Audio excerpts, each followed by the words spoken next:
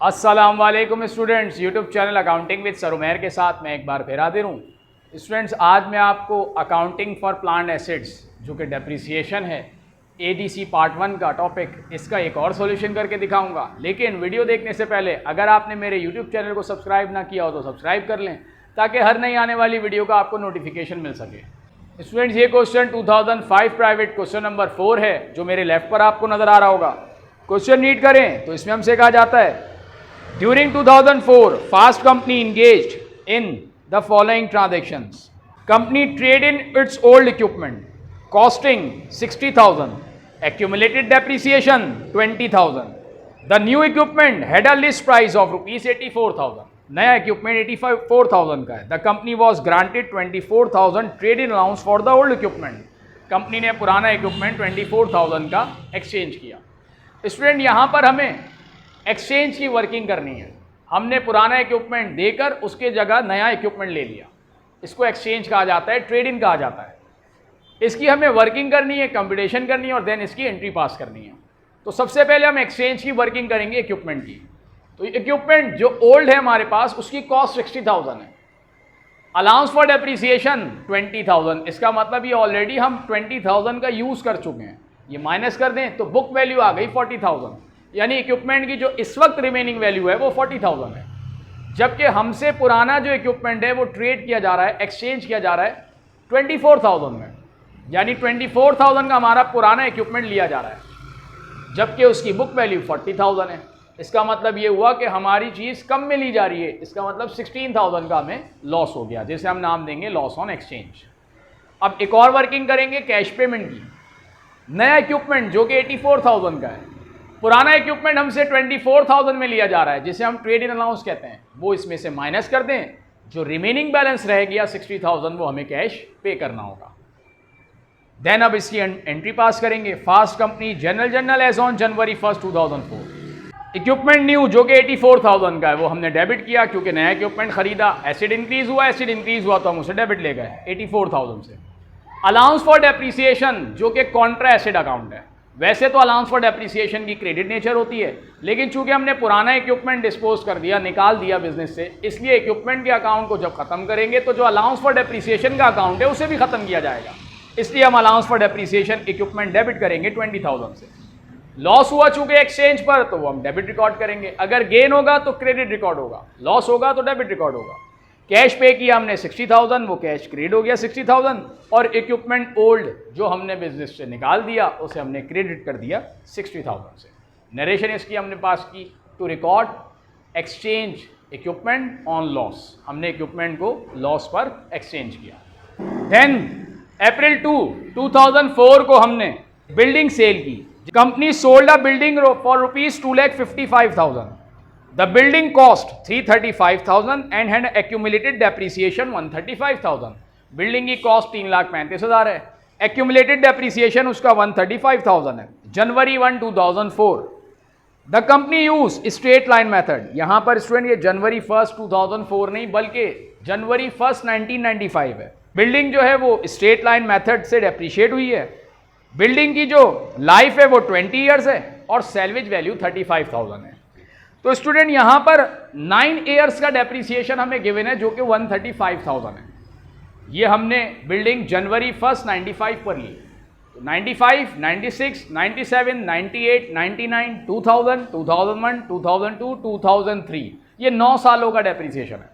जबकि हमने 2004 के 2 अप्रैल पर एक बिल्डिंग सेल आउट की। इसका मतलब 2004 के 3 महीने का डेप्रिसिएशन इसमें नहीं निकला हुआ। पहले हम वो 3 महीने का डेप्रिसिएशन कैलकुलेट करेंगे। वो हमें किस तरीके से पता लगा?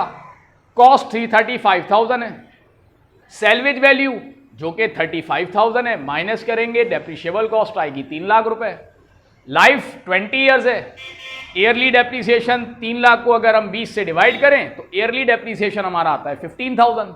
अगर 15,000 एक साल का डेप्रिसिएशन है तो 1,35,000 डेप्रिसिएशन स्टूडेंट्स टोटल 9 ईयर्स का हो गया। वो इस तरह निकाला कि 135,000 जो टोटल डेप्रिसिएशन दिया हुआ है वो 15,000 ईयरली है। तो 135,000 को आप 15,000 से डिवाइड करें तो 9 ईयर्स आते हैं। ये 9 ईयर्स का डेप्रिसिएशन है। जबकि हमें 9 साल 3 महीने बाद बिल्डिंग को सेल करना है, तो हमें 3 महीने का डेप्रिसिएशन निकालना है। ये ईयरली डेप्रिसिएशन 15,000 एक साल का है, हमें 31 मार्च 2004 3 महीने का डेप्रिसिएशन निकालना है। 15,000 एक साल का डेप्रिसिएशन है, इससे 3 से मल्टीप्लाई करेंगे, 12 से डिवाइड करेंगे, 3,750 आएगा जो कि 3 महीनों का डेप्रिसिएशन होगा। अब 1,35,000 वो डेप्रिसिएशन जो गिवन है 9 साल का, प्लस 3 महीने का 3,750, तो टोटल 9.25 साल का अब डेप्रिसिएशन हो जाएगा सम अप होने के बाद 138,750। अब हम इसकी गेन और लॉस की वर्किंग करेंगे। बिल्डिंग 3,35,000 है जो कि कॉस्ट है उसकी, 138,750 अलाउंस फॉर डेप्रिसिएशन, 135 वो जो पहले से गिवन था 9 ईयर्स का, प्लस 3 मंथ का हमने डेप्रिसिएशन निकाला 3,750, दोनों टोटल होकर हो गया 138,750। यानी बिल्डिंग अब तक 138,750 की हम डेप्रिशिएट कर चुके हैं।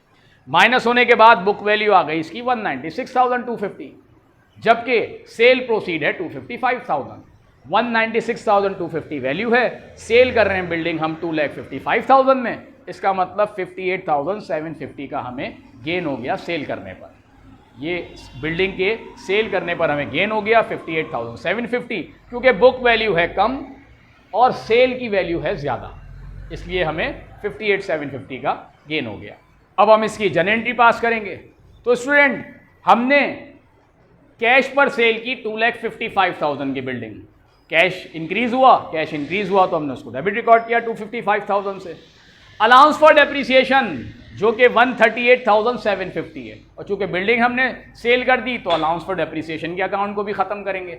अलाउंस फॉर डेप्रिसिएशन वैसे तो कॉन्ट्रा एसिड है और इसकी क्रेडिट नेचर है, ख़त्म करके हम इसे डेबिट रिकॉर्ड करेंगे। अलाउंस फॉर डेप्रिसिएशन बिल्डिंग 138,750, और चूंकि गेन हुआ था बिल्डिंग को सेल करने पर तो गेन को क्रेडिट रिकॉर्ड किया जाएगा 58,750, और बिल्डिंग जो कि हमने बिजनेस से डिस्पोज कर दी, निकाल दी, सेल कर दी, बिल्डिंग एसिड है, एसिड डिक्रीज हुआ तो एसिड को हमने क्रेडिट कर दिया 335,000 जो उसकी एक्चुअल कॉस्ट थी।